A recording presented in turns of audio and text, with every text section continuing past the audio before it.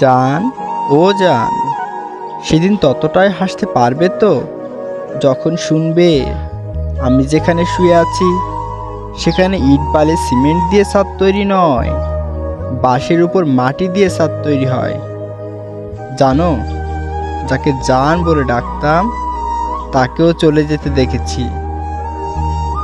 Block মানে হলো কিছু মানুষের শেষ ইচ্ছেটাও জিজ্ঞাসা না করে ফাঁসি দেওয়া।